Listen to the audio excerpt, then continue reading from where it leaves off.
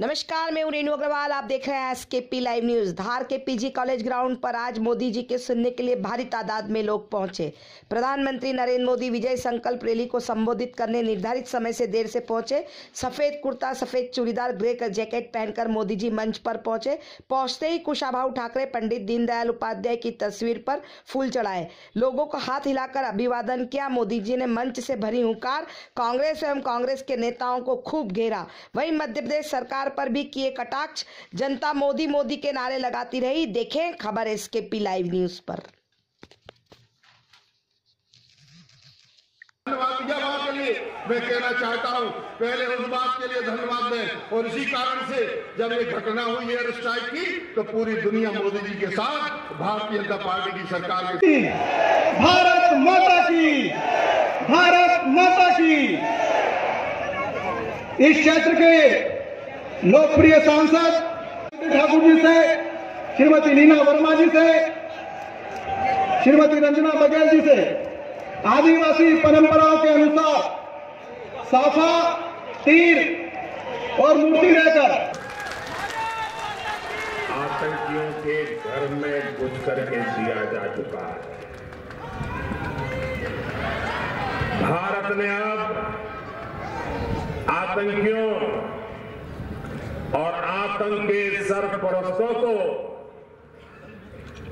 डंके की चोट पर कह दिया है कि अब उनके सामने सुधरने के अलावा कोई चारा नहीं है।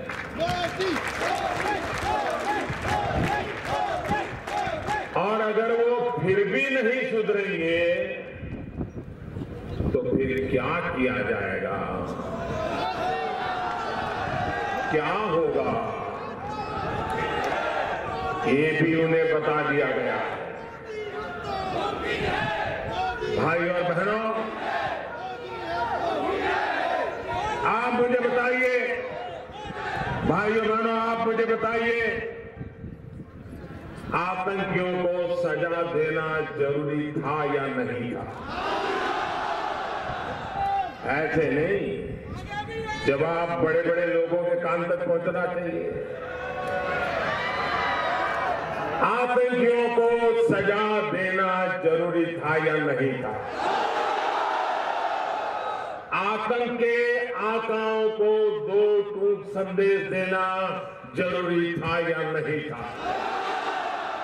हमारे वीर जवानों ने सही जगह वार किया कि नहीं किया? मैं आप धारवासियों से पूछ रहा हूं, मेरे जनजातीय समुदाय के भाइयों बहनों को पूछता हूं, जंगलों में जिंदगी गुजारने वाले मेरे भाइयों से पूछना चाहता हूं, आप मुझे ईमानदारी से बताना, क्या आपको हमारी सेना की जो पराक्रम है, हमारी सेना का जो पराक्रम है, उस पराक्रम पर आपको गर्व है? गर्व है? गर्व है? साथियों, आपको लगता है कि हमारे वीर जवानों ने सही किया? पूरे देश को लगता है कि हमने सही किया? अरे सारी दुनिया ने कह दिया था कि हाँ, हिंदुस्तान के लिए यही मार्ग था। लेकिन हमारे देश का दुर्भाग्य है कि यहाँ कुछ ऐसे लोग हैं जिनको ऐसा। भारतीय जनता पार्टी के कुशल संगठक, युवा प्रदेश अध्यक्ष, हम सबको काम कर रहे हैं। गरीबों को 5 लाख रुपए तक का मुफ्त इलाज सुनिश्चित करने वाली दुनिया की सबसे बड़ी स्कीम आयुष्मान भारत योजना हमारी सरकार ने लागू की है। देश के इतिहास में पहली बार हर गरीब को मुफ्त में गैस सिलेंडर देने की योजना आज देश के कोने कोने में पहुंच चुकी है, गरीब के दरवाजे तक पहुंच चुकी है। धुएं धुएं में जिंदगी गुजारने वाली मां को धुएं से मुक्ति मिल चुकी है। देश के इतिहास में गरीब परिवारों को अपना शौचालय देने के लिए स्वच्छ भारत हमने शुरू किया। देश के इतिहास में हर गरीब को बैंक खाते से जोड़ने वाली जनधन योजना हमारी सरकार ने बनाई और आज देश के इतिहास में श्रमिकों के लिए, मजदूरों के लिए सबसे बड़ी योजना का शुभारंभ हुआ। आज मैं अहमदाबाद से एक बहुत बड़ी योजना को लागू करके अभी आपके पास आया और उस कार्यक्रम में देश भर में टेक्नोलॉजी के माध्यम से 1 करोड़ लोग जुड़े थे। 1 करोड़ लोग। योजना का नाम है प्रधानमंत्री श्रम योगी मानधन योजना। इससे श्रमिक साथियों को जो किसी के घर में काम करते हैं, कोई खाना पकाने का काम करता है, कोई बर्तन मांजने का काम करता है, कोई खेत में काम करता है, मजदूरी करता है, कोई सड़क या घर के निर्माण में लगे हुए हैं, कोई रेहड़ी ठेला चलाते हैं, सब्जी बेचते हैं, अखबार बेचते हैं, दूध बेचते हैं, कोई रिक्शा चलाता है, यानी मेहनत से अपनी आजीविका कमा रहे हैं, ऐसे सब लोगों को इसका लाभ मिलेगा। अब देश के ऐसे लगभग 42 करोड़ लोग कामगार, यह आंकड़ा बहुत बड़ा होता है। 42 करोड़ कामगार बहन भाइयों के लिए 60 वर्ष के बाद जैसे सरकार में काम करने के बाद पेंशन मिलता है, ये श्रम योगी मानधन योजना से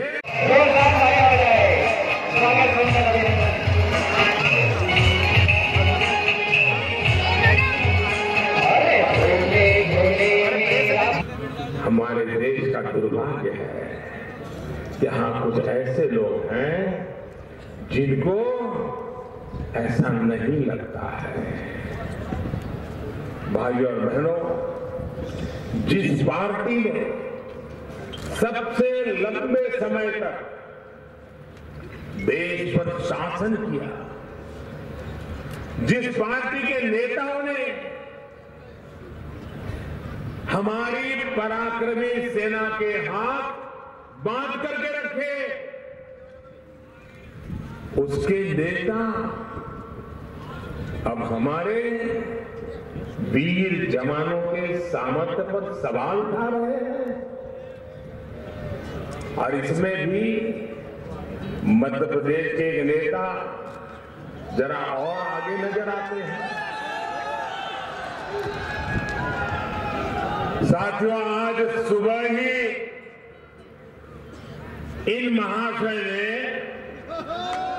पुलवामा में हुए आतंकी हमले को दुर्घटना करार दिया है, यानी एक्सीडेंट है ऐसा कहा है, यानी एक हादसा जो बस हो गया। देशवासी समझ लें,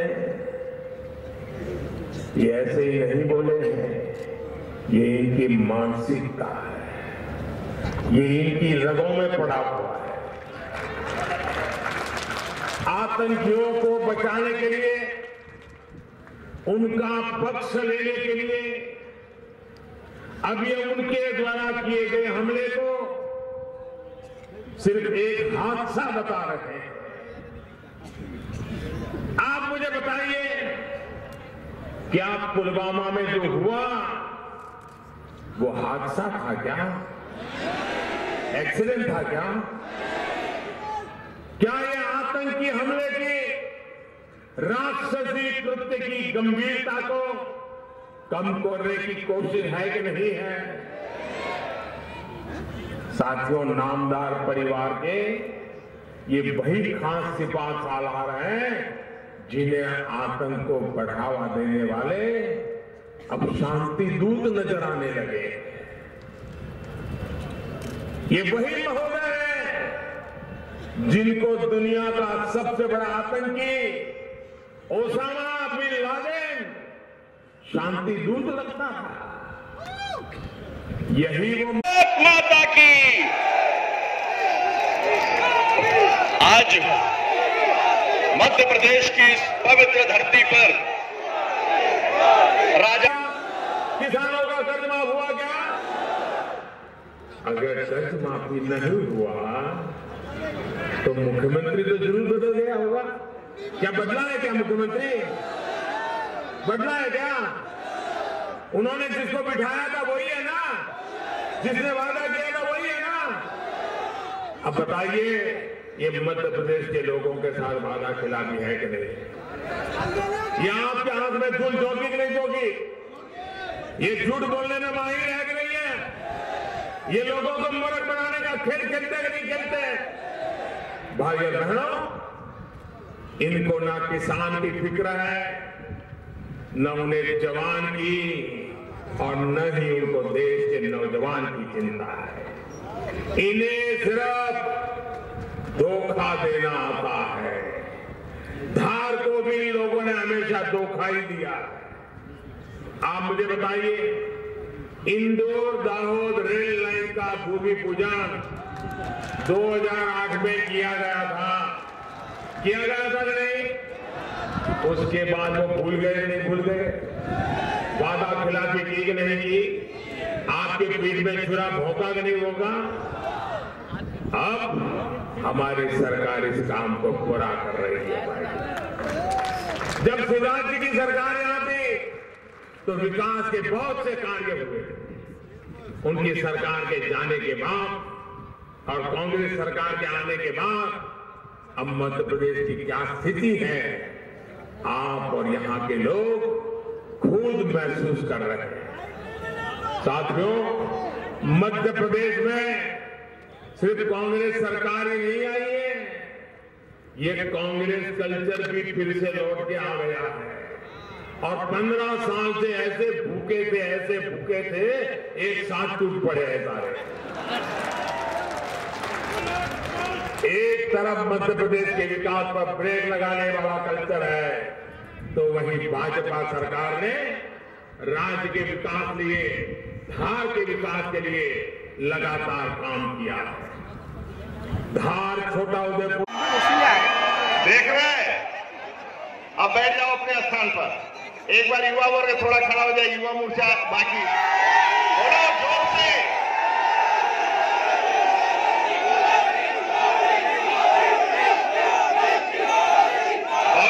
नामदार परिवार के ये वही खास सिपाह सालार हैं जिन्हें आतंक को बढ़ावा देने वाले अब शांति दूत नजर आने लगे।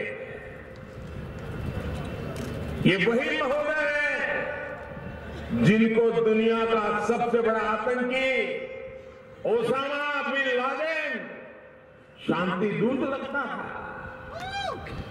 यही वो महाशय है जिन्होंने मुंबई के दर्दनाक आतंकी हमले में भी पाकिस्तान को क्लीन चिट दे दी थी और जांच की दिशा को ही भटकाने का प्रयास किया था। साथियों, मत भूलिए, दिल्ली के बाटला हाउस में जब आतंकियों का एनकाउंटर हुआ था तो ऐसे ही एक और राज दरबारी ने दुनिया को बताया था कि आतंकी की मौत पर तब रिमोट कंट्रोल से सरकार चलाने वालों के आंसू थम नहीं रहे थे। ये कौन थे जिनके आंसू रुकते नहीं थे भाई? आतंकियों पर जिसके आंसू रुकते नहीं थे कौन थे? क्या ऐसी कांग्रेस से हम उम्मीद कर सकते हैं कि वो आतंक के खिलाफ कार्रवाई करेंगे? क्या ऐसी कांग्रेस से हम उम्मीद कर सकते हैं कि वो आतंक के सरपरस्तों को खत्म करेगी? संभव है उनसे? ये कांग्रेस कर सकती है? उनमें दम है, मादा है, इरादा है?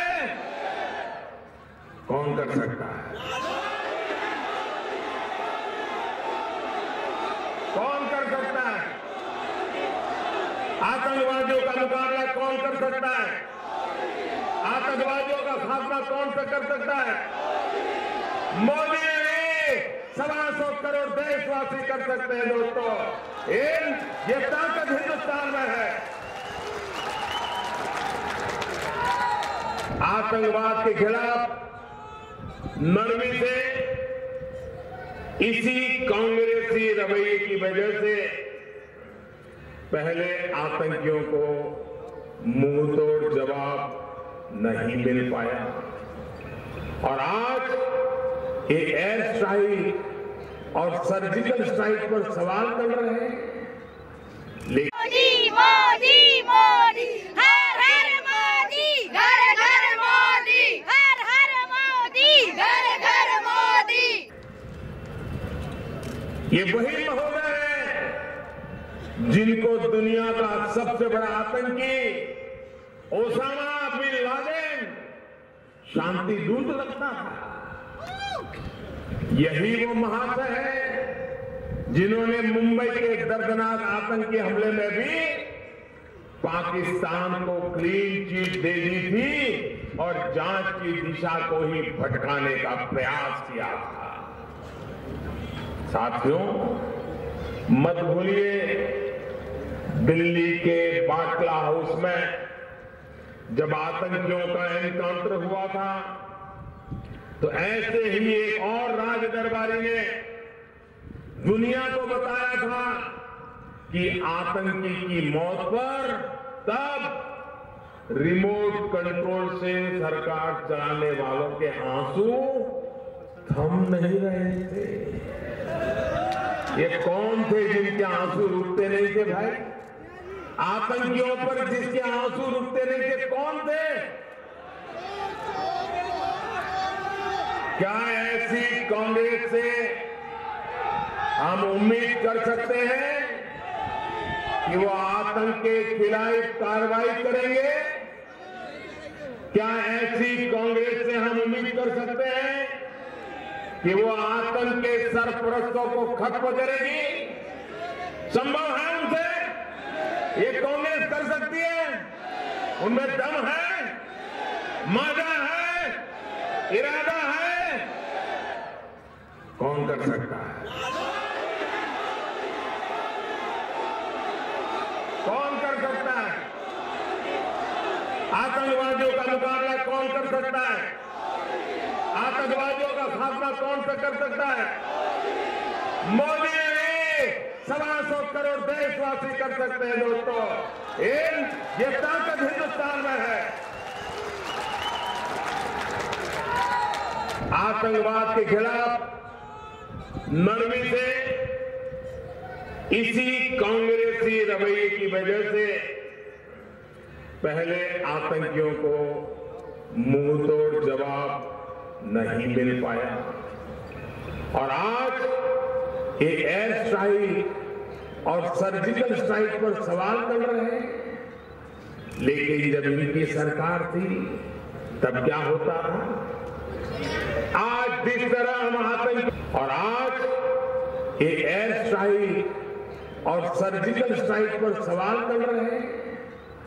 लेकिन जब इनकी सरकार थी तब क्या होता था?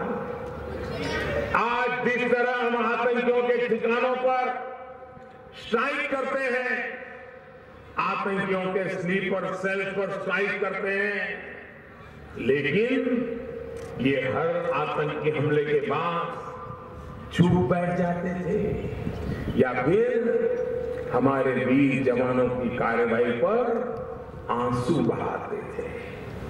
साथियों, इनका वही चेहरा फिर से एक बार सामने आया।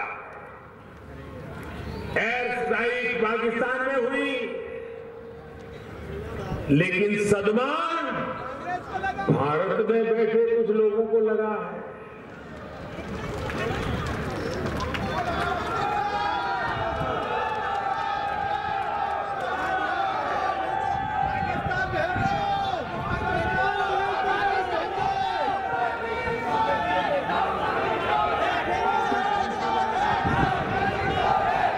विपक्ष के लोगों का चेहरा देखिए, हफ्ते से ऐसे मुंह लटकाए हुए हैं मानो दुखों का पहाड़ टूट पड़ा हो। भारत भर में महामिलावट करने वाले लोग अब अंतर्राष्ट्रीय महामिलावट करने में लगे हैं। सिर्फ अपने राजनीतिक स्वार्थ के लिए पाकिस्तान के साथ मिलकर महामिलावट कर रहे हैं। यहां ये लोग मोदी को गाली देते हैं और वहां पाकिस्तान में इनके लिए तालियां बजती हैं। वहां के अखबारों में हेडलाइंस इनके बयानों से भरी पड़ी है। वहां के टीवी चैनलों पर इनके ही चेहरे दिखाई पड़ते हैं। एक प्रकार से देखें तो आजकल ये महामिलावटी लोग पाकिस्तान के पोस्टर बॉय बन गए। साथियों, आपने देखा होगा कि जब एयर स्ट्राइक के बाद पाकिस्तान की बोलती ये महामिलावटी लोग सामने आ गए। कोई सबूत मांगने लगा तो कोई आतंकियों की लाशों की संख्या पूछने लगा और तो और ये लोग पाकिस्तान को ही शांति का दूत बताने लगे।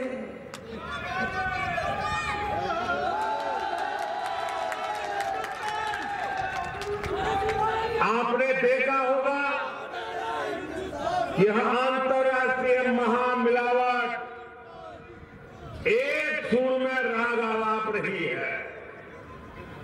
एक तरफ देश भर में देश को प्यार करने वाले लोग एक हो रहे हैं तो दूसरी तरफ मोदी की नफरत में सारे मिलावटी लोग चू कर रहे हैं। भारत के बाहर भी सहारा ढूंढ रहे हैं। आज जब आतंकवाद के खिलाफ निर्णायक लड़ाई आतंकवाद के खिलाफ निर्णायक लड़ाई में देश एक मन हो रहा है, तब ये लोग देश को भ्रमित कर इस लड़ाई को कमजोर करना चाहते हैं। आज जब हमारी सेना का पराक्रम पूरा विश्व मान रहा है तो ये लोग सेना से ही सबूत मांगकर सेना का मनोबल तोड़ने का प्रयास कर रहे हैं। आज जब पूरा विश्व भारत के साथ खड़ा है तब ये अलग अलग प्रश्न खड़े कर भारत की स्थिति को कमजोर करने का हीन प्रयास कर रहे हैं। भाई और बहनों, कड़े से कड़ा और बड़े से बड़ा फैसला